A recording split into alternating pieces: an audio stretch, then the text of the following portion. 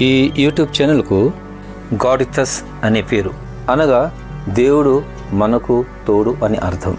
కొంతమంది సహోదరులు సహోదరీలు YouTube channel ద్వారా సందేశం కోరినందువలన ఈ యొక్క యూట్యూబ్ ఛానల్ నేను ఆరంభించుచున్నాను.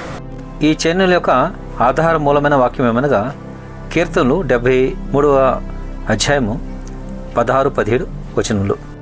ఈ వాక్యములలో రాయబడింది ఏమనగా, అయినను దీన్ని తెలుసుకొనవలెనని ఆలోచించినప్పుడు నేను దేవుని పరిశుద్ధ స్థలంలోనికి పోయి వారి అంతమును గూర్చి ధ్యానించు వరకు ఆ సంగతి నాకు ఆయాసకరముగా ఉండెను.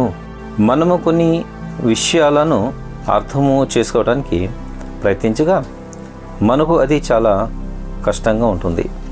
అలాంటి సమయంలో మనము దేవుని పాద సన్నిధికి వచ్చి ఆయన వాక్యంలో వెదికిన ఎడల మనకు సరైన సమాధానము దొరుకుతుంది. ఇదే ఈ God with us YouTube channel ఒక ఉద్దేశం. ఈ యూట్యూబ్ ఛానల్ ద్వారా వాక్యం విని వాటిలో ఉండే అర్థమును గ్రహించి వాటిని అనుసరించే వారందరినీ మరియు ఈ వాక్యంలో ఉండే సందేశము ఎవరికి అవసరమో ఎరిగి వారికి చేర్చే వారందరినీ దేవుడు ఆశీర్వదించునుగాక. ఆమీన్. కీర్తనలు 73వ అధ్యాయం ఒక సారాంశం ఏమనగా, మొదటి వచనము ఆఖరి వచనములో అనుకూలమైన భావములు కలవు. మొదటి వచనము, ఇశ్రాయేలీయుల ఎడల శుద్ధ హృదయుల ఎడల నిశ్చయముగా దేవుడు దయాళుడై ఉన్నాడు. ఆఖరి వచనము అనగా 28వ వచనం, నాకైతే దేవుని పొందు ధన్యకరము, నీ సర్వకార్యములను నేను తెలియజేయనట్లు నేను ప్రభు అయిన యెహోవా శరణు జొచ్చి ఉన్నాను. దేవుడు శుద్ధ హృదయం కలిగిన వారి ఎడల దయాళుడై ఉన్నానేసి, ఇంకోటి దేవుని శరణు జొచ్చి ఉండటమే ధన్యకరము. ఎందుకనగా దేవుడు చేసే కార్యాలను నేను నిత్యం చూసేదను, మరి ఆ కార్యాలను విషయమై నేను నిత్యము సాక్ష్యము చెప్పగలను అనే ఒక భావం ఉంటున్నది. కానీ 2వ వచనం నుంచి 27వ వచనం వరకు చూసినప్పుడు ఏ విధంగా ఒక శుద్ధ హృదయం కలిగిన వాడు అనగా నీతిమంతుడు, అనగా నూతన నిబంధన కాలము ప్రకారంగా ప్రభువైన యేసు నామములో నూతన జన్మ పొందినవాడు, ఇటు ప్రభువైన యెహోవా తట్టు మరొక ఎక్కువ చూడకుండా లోకం తట్టు లోకస్తుల తట్టు వాళ్ళు ఏ విధంగా సక్సెస్ అవుతున్నారా, ఏ విధంగా వాళ్ళు సాఫల్యత పొందుతున్నారా అది చూసుకొని తర్వాత నీతిమంతులు ఏ విధంగా భూమి మీద కష్టాలు పడుతున్నారా, ఏ విధంగా బాధలు పడుతున్నారా, ఏ విధంగా కలత చెందుతున్నారా, ఇలాగ శోధనలు ఎదుర్కొంటున్నారా అది పోల్చి చూసుకున్నప్పుడు తన మనసులో చాలా నీరసిల్లి చాలా బాధపడి కష్టాలు వేదన కలుగుతుండి ఆఖరికి ఎంతవరకు చేరాడంటే 13వ వచనంలో చూసినప్పుడు, నా హృదయమును నేను శుద్ధి చేసుకొని వినుట వ్యర్థమే అనే స్థితికి చేరినాడు. ఇంకా చూస్తే, నా చేతులు కడుక్కొని నిర్మలుడైనై వినుట వ్యర్థమే. మరి ఈ విధంగా చూసినప్పుడు అంటే చేతులు కడుక్కొని అంటే తన చేతుల ద్వారా క్రియల ద్వారా తప్పులు చేయటం లేదని అర్థం. హృదయము గురించి ఆలోచిస్తే హృదయము శుద్ధీకరించుకున్నాడు అని అర్థం. మరి అలాంటప్పుడు ఇలాగ శుద్ధీకరించుకొని హృదయం శుద్ధీకరించుకొని మరి యొక్క చేతుల ద్వారా కూడా క్రియల ద్వారా కూడా ఎటువంటి తప్పులు చేయకుండా ఉండే వానికి ప్రశంసలు దొరకాలని వెలు కలగనేసి ఒక అభిప్రాయం. కానీ తనకి ఏం దొరుకుతున్నదంటే ప్రతి దినమున నాకు శిక్ష వచ్చుచున్నది. ఈ విధంగా ఒక నీతిమంతుని హృదయం కలవరపరచు బాధపరచు వేదన పడుతూ ఉంటుండగా తనకి ఏమీ అర్థం కాలేదు, ఏమి చేయాలి, ఎందుకు ఇలాగ ఉంటున్నది అనేసి. కానీ ఆఖరికి ఒక తీర్మానానికి వచ్చినాడు. అదేంటంటే, నేను ఏ స్థితిలో ఉన్నానో, ఏ స్థాయిలో ఉన్నానో, ఎక్కడున్నానో, ఎవరి మధ్య ఉన్నానో, మరి ఎవరితో చూస్తున్నానో ఇదన్నీ విడిచి దేవుని పాసనికి నేను వచ్చి దేవుని యొక్క వాక్యాన్ని ఆలోచించాలంటే బాగుంటుంది అనేసి. అప్పుడు తాను కీర్తనలు 73:16-17 వచ్చిన ప్రకారంగా తాను దేవుని పాసనికి వస్తాడు. అదే వాక్యము ఈ యొక్క ఛానల్ ఒక సందేశం, ఒక ముఖ్యమైన అంశము. అనగా ఈ యొక్క గాడెసెస్ అనే యొక్క యూట్యూబ్ ఛానల్లో నేను వేయబోయే సమస్త సందేశాలు ఎలాగ ఉంటాయంటే, లోకం తట్టు చూసినప్పుడు, మరి ఒక వేరే తట్టు చూసినప్పుడు, కలత చెందుతున్నప్పుడు, అర్థం కానప్పుడు, హృదయం బాధ ఉన్నప్పుడు, మరి ఆ ఒక స్థితి అర్థం కాకుండా అసమంజసంగా ఉంటున్న స్థితి తొలగిస్తూ దేవుని పాసనికి వచ్చినప్పుడు వాటన్నిటి పట్ల ఉండే ఒక ప్రశ్నకు జవాబు అనగా సమాధానము ఏమిటో దేవుని చిత్తానుసారంగా, దేవుని వాక్యానుసారంగా, దేవుని పరిశుద్ధాత్మ ద్వారా అది తెలియపరచడమే. అయితే ఈ యొక్క 16-15 వచనం చూసినప్పుడు, అయినను దీని తెలిసి కొనవలెనని ఆలోచించినప్పుడు నేను దేవుని పరిశుద్ధ స్థలములోకి పోయి వారి అంతమును గూర్చి ధ్యానించు వరకు ఆ సంగతి నాకు ఆయాసకరముగా ఉండెను. ఇప్పుడు దేవుని సన్నిధికి వచ్చేంత వరకు ఆయాసకరంగా ఉన్నది. మీ జీవితాలను మీరు పరిశీలించి చూశారంటే, లోకంతటి చూసినప్పుడు, లోకస్తులు ఏ విషయంలో వర్ధిల్లుతున్నారో చూసినప్పుడు, వాళ్ళు అబద్ధాలు ఆడినా కానీ వాళ్ళకి శిక్ష పడటం లేదు, వాళ్ళు లంచం ఇచ్చినా కానీ వాళ్ళు పనులు సాగుతున్నాయి, వాళ్ళు ఎన్ని అక్రమాలు చేసినా కానీ వారి యొక్క గుంపు పెరుగుతున్నది, వాళ్ళు పెరుగుతున్నారు, వాళ్ళు హాయిగా ఉంటున్నారు అనేసి అట్లా ఆలోచించినప్పుడు ఎంత ఆయాసకరంగా ఉంటుందంటే, అంతేకాకుండా నీతిమంతులు కష్టాలు పాలవుతున్నారు, దేవుని ద్వారా ఎప్పుడు శిక్ష పొందుతున్నారు, ఎప్పుడు గద్దెంపు పొందుతున్నది, హృదయంలో బాధగా ఉంటున్నది, శోధనలు ఎదుర్కొనే పరిస్థితి ఎలా ఉంటున్నది అని ఆలోచించినప్పుడు ఎంత ఆయాసకరం ఉంటుందంటే అది వర్ణించదగినదిగా ఉండదు. ఒక మోగ బాధగా ఉంటుంది. కానీ అటువైపు నుంచి మనసును తొలగించుకొని దేవుని సన్నిధికి వచ్చి దేవుని తట్టు మాత్రం చూస్తూ దేవుని వాక్యం ఏమి సెలవిస్తున్నదో అది కానీ పరిశీలించి చూస్తే అప్పుడు అన్ని ప్రశ్నలకు జవాబు దొరుకుతాయి.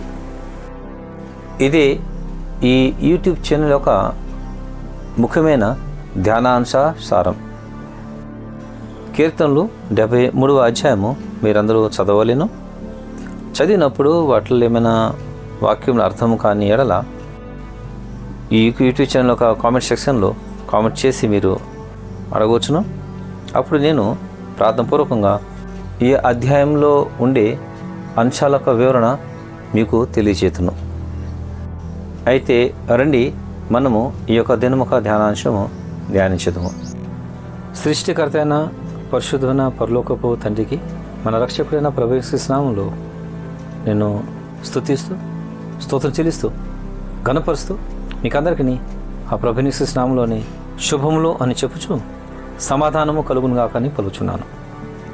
సమాధానము కలుగునుగాక అనగా హెబ్రీ భాషలో షాలోమ్ అని పదము. అయితే ఈ యొక్క శుభవాక్యం పలికింది మన ప్రభువుని యేసుక్రీస్తే. ఆయన మృతుల నుంచి తిరిగి లేచిన తర్వాత పునరుద్ధానుడైనప్పుడు తన పార్థివ దేహాన్ని సమాధిలో చూసి కొరకు వచ్చిన స్త్రీలు అక్కడ దేహాన్ని చూడనప్పుడు, అక్కడ దేవుని దూతను చూసినప్పుడు భయముతో వణుకుతో వాళ్ళు తిరిగి వచ్చిన సమయంలో మన ప్రభువుని యేసుక్రీస్తు వారిని దర్శించి వారితో పలికిన శుభవచనము. షాలోమ్ అనే పదంలో శాంతియు సమాధానము రెండు ఇమిడి ఉంటున్నాయి. శాంతి అనగా మన ప్రభువైన యేసుక్రీస్తు యోహాను సువార్త 14వ అధ్యాయము 27వ వచనంలో పలికిన ఒక వాక్యము. బైబిల్ ఒక పాత వర్జన్లో చూసినప్పుడు తెలుగు ట్రాన్స్లేషన్లో సమాధానమనే రాయబడి ఉంటున్నది. నేను చదువుతున్నాను, గమనించండి. యోహాను సువార్త 14వ అధ్యాయము 27వ వచనం. సమాధానము మీకు అనుగ్రహించి వెళ్ళుచున్నాను, నా సమాధానమే మీకు అనుగ్రహించుచున్నాను. లోకము ఇచ్చినట్లుగా నేను మీకు అనుగ్రహించట లేదు. మీ హృదయమును కలవర పడనీకుడి, వెరవ నీకుడి అనగా ఇక్కడ సమాధానము అనే ఒక పదము ఉంటున్నది. ఈ సమాధానమైన వాక్యం బట్టి చూస్తే ఏం సమాధానము, ఈ సమాధానం ఎలాగ లభించున్నది అనగా ప్రభువుని యేసుక్రీస్తు నామములో మన పాపములు క్షమించబడినప్పుడు, మరి మనకిని దేవునికి మధ్యనున్న విరోధము తొలిపినప్పుడు, అనగా మనం చేసే తప్పులు పాపను బట్టేసి దేవుని కోపాగ్నికి మనం గురిలో ఉంటున్నాం. అలాంటప్పుడు ఆ దేవుని కోపాగ్నిని మన ప్రభువుని యేసుక్రీస్తు శిలువ మీద మన పాపంలోకి పరిహార్థంగా బలియాగమైవి తన రక్తం చిందించేసి శాంతి చేసి ఉంటున్నాడు. ఇప్పుడు దేవుని కోపాగ్నికి మనము గురికాక ఆయన సమాధానానికి అనగా మన పాపంలో ప్రభువైన యేసుక్రీస్తులో క్షమించబడినప్పుడు మనకు దేవుడు కాక దేవుడు తండ్రిగా మనకి ఉంటున్నాడు. అనగా మనము దేవుని తిరిగి వెళ్ళినప్పుడు ఆయన్ని దేవుడనే మాత్రం కాక మన సృష్టికర్త అని మాత్రం కాక ఆయన్ని మనము తండ్రిని గుర్తించుచున్నాం. ఈ యొక్క మార్పు మన ప్రభువైన యేసుక్రీస్తు శిలువ మీద అయిన బలియాగమును బట్టేసి మన పాపానికి ప్రాయశ్చిత్తము కలిగిందని బట్టేసి ఆయన రక్తం ద్వారా మనం శుద్ధీకరించిన దాన్ని బట్టేసి ఆయన నామములు మనకి పరిశుద్ధాత్మ దొరికిందని బట్టేసి కలుగుచున్నది. అయితే అనగా మనము దేవునితో ప్రభువైన యేసుక్రీస్తు నామములో సమాధానపడినప్పుడు ఆయన శాంతి మనకి లభించుచున్నది. ఆ శాంతి సమాధానమే ఈ యొక్క శాంతి సమాధానం. దేవునితో మనము సమాధాన పడినప్పుడు ఆ సమాధానమే ప్రభువైన యేసుక్రీస్తు మనకి లభించే సమాధానం. యోహాను సువార్త 14:27 రాయబడిన సమాధానం. అయితే మనము ఒకరితోనొకరు షాలోమ్ అని పలికినప్పుడు దేవునితో మనం సమాధాన పడిన సమాధానము నిలకడ ఉండునుగాక, అది పెరుగునుగాక అని అర్థం. యెరూషలేము ప్రాంతంలో కూడా ఈ యొక్క షాలోమ్ అనే పదమును చాలా ఎక్కువగా ఉచ్చరించుచున్నారు. ఒక అంగడికి సరుకులు కొనడానికి వెళ్ళిన వారు అంగడి యొక్క యజమానితో షాలోమ్ అని పలుకుదురు. అయితే ఆ ఒక అంగడి యజమాని కూడా ఆ అంగడిలో సరుకులు కొనడానికి వచ్చిన వారితో షాలోమ్ అని పలుకును. ఈ విధముగా ఈ 21వ శతాబ్దంలో షాలోమ్ అనే పదము యెరూషలేములో చాలా ఎక్కువగా ఉచ్చరించుచున్నారు. క్రైస్తవ ప్రపంచంలో ఎన్నో శుభవచనాలు ఉంటున్నాయి. ప్రైజ్ ది లార్డ్, వందనములు, దేవుని స్తోత్రములు, ఇంకా హిందీలో చూస్తే జయ మసీకి, ఆర్సీఎంఓలు జయ ఇషూకి అనేసి అంటారు. అయితే ఈ అన్ని శుభవచనాలు వాటి స్థలములలో అది సరిగానే ఉంటున్నాయి. మనం బైబిల్ చూసినప్పుడు మన ప్రభువైన యేసుక్రీస్తు మీకు సమాధానం కలుగునుగాకని పలకగా అపోస్తులు కూడా తన పత్రికలలో మీకు సమాధానం కలుగునుగాకని పలుకుంటున్నారు. మరి అంతలో కాకుండా సమయము సందర్భాన్ని బట్టేసి యేసుక్రీస్తు నామములో మీకు వందనములు అని కూడా పత్రికల్లో రాయబడి ఉంటున్నది. అయితే నేను మీకు చెప్పుచున్నది ఏమనగా వేరే శుభవచనం కూడా పలకొచ్చును, మరి షాలోమ్ అని కూడా సమయం సందర్భాన్ని బట్టేసి పలకటం అనేది మేలుకరంగా ఉంటున్నదనేసి నేను మీకు చెప్తున్నాను. మీరు షాలోమ్ అని పలుకుడు ద్వారా దేవుని సమాధానము మీలో అభివృద్ధి చెందును. మీరు షాలోమ్ అని ఇతరులను సంబోధించిన ఎడల వారిలో దేవుని సమాధానం కలుగును. అనగా ఎవరైతే దేవునితో ఇంకా సమాధానం పడలేదో వారు ప్రభువైన యేసుక్రీస్తు నామములో సమాధానము పడుట కొరకు వారి కొరకు త్రోవ సరళమగును. అయితే ఎవరైతే దేవునితో సమాధాన పడి ఉన్నారో ప్రభువైన యేసుక్రీస్తు నామములో వారి సమాధానము అభివృద్ధి చెందును. షాలోమ్ అనే పదము తరచుగా వాడబడటం వలన దేవుని యొక్క సమాధానము స్థిరంగా నిలుచును. కనుక నేను మిమ్మలను షాలోమ్ అని ఇతన్ని సంబంధించిన కొరకును ప్రేరేపించున్నాను. మీరు ఎవరికైతే సమాధానం లేదో వారికి సమాధానం కలుగునుగాక అని మీరు షాలోమ్ అని పలకండి. ఎవరైతే దేవునితో సమాధానం పడకూర్చుంటున్నారో ప్రభువైన యేసుక్రీస్తు నామంలో దేవునితో సమాధానం పట్టుకొరకును వారి కొరకు మార్గము సరళమగును. గనుక మీరు ప్రభువైన యేసుక్రీస్తు నామంలో ఎవరు నూతన జన్మ పొంది ఉంటున్నారో వారికి సమాధానం కలుగునుగాక అనేసి పలకండి. వారికి సమాధానము కలుగును, వారి సమాధానము అభివృద్ధి చెందును. ఎవరైతే ప్రభువైన యేసుక్రీస్తు నామంలో నూతన జన్మ పొందలేదో వారికి సమాధానం కలుగునుగాక అనేసి పలకండి. అప్పుడు వారు ప్రభువైన యేసుక్రీస్తు నామంలో నూతన జన్మ పొందుటకు మార్గము సరళమగును. అయితే నేను షాలోమ్ అనే వాక్యానికి అర్థము ఎరిగినప్పటి నుండి షాలోమ్ అనే ఇతరులను సంబోధించడమే నాకు సంతోషకరంగా ఉంటున్నది. అయితే రండి మనందరము దేవుని యొక్క సమాధానంతో నింపబడి ఈ లోకం నుండి దేవుని వైపు వెళుదుము.